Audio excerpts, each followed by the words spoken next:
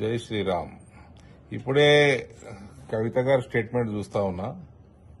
ఆమె ఓపెన్ గా చెప్పేస్తున్నది హరీష్ రావుకి, సంతోష్ రావుకి 100 కోట్లు 1000 కోట్ల రూపాయలు వచ్చినాయి కాళేశ్వరంలో అని.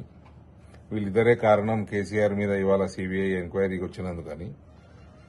ఆమె కుటుంబ సభ్యురాలు, ముఖ్యమంత్రి గారి కూతురు, వర్కింగ్ ప్రెసిడెంట్ గారి చెల్లెలు, ఆనాటి ఇరిగేషన్ మినిస్టర్ గారి కజిను.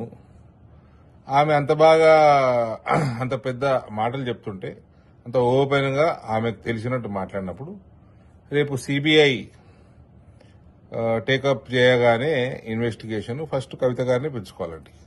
ఫస్ట్ కవిత గారిని పిలుచుకుంటే ఈజీ అయిపోతుంది, టాస్క్ ఈజీ అవుతుంది. రెండో విషయము, కవిత గారు ఎట్లా alcohol scam Delhi liquor scam లో తిరుగుతూ ఉంటారు కదా, టికెట్ వేస్ట్ కాకుండా అదే టైంలో